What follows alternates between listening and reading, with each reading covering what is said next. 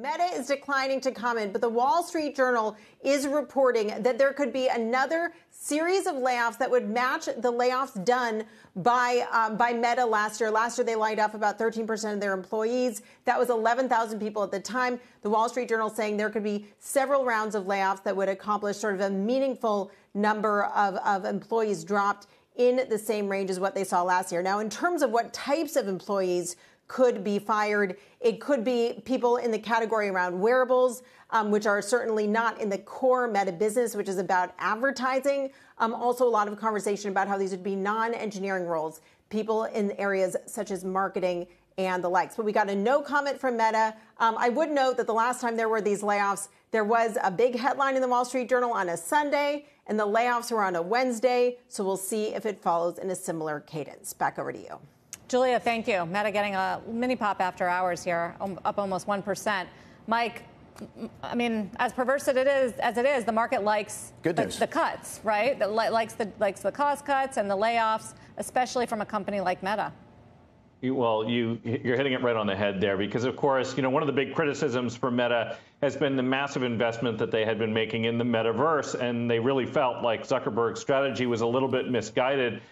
He indicated a pretty strong pivot recently with the prior set of layoffs, and also recognizing that maybe the investment was too large and too aggressive. And, it's interesting, of course, because this is a company that could probably afford to keep all of those employees. In any case, they still have significant good free cash flow, even net of the incurred employee base of about 86,000 employees. So, this is just, an aggressive move. And I think they're trying to send a signal. I saw it reported earlier this week that one of the things that Zuckerberg was trying to get ahead of is that he wanted to be on site, essentially, when the layoffs are announced, and he's going to be leaving for paternity leave soon.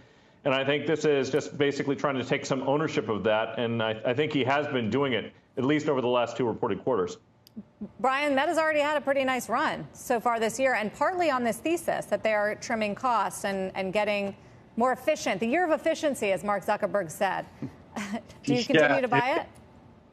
Well, it's an interesting play here for one reason, and it's a top holding in the NASDAQ. And what we've seen is NASDAQ growth-type names have done very well as soon as the market feels like the 10-year note and interest rates on the back end of the curve are not going to go above 4%. It's like all of a sudden, hey, we can borrow money cheap again. We can, the dollar might weaken also, which helps some of these large mega cap names. And Meta's been a beneficiary of that. And so that's a name. You talk about Microsoft, Apple, Google, Meta. These kind of names are going to do very well in an environment where this 10-year note sort of stabilizes. And if what's going on in the banking crisis, it's probably going to pull everything else down with it. But NASDAQ growth names might be back in favor. That's been the rotation we've been seeing all year.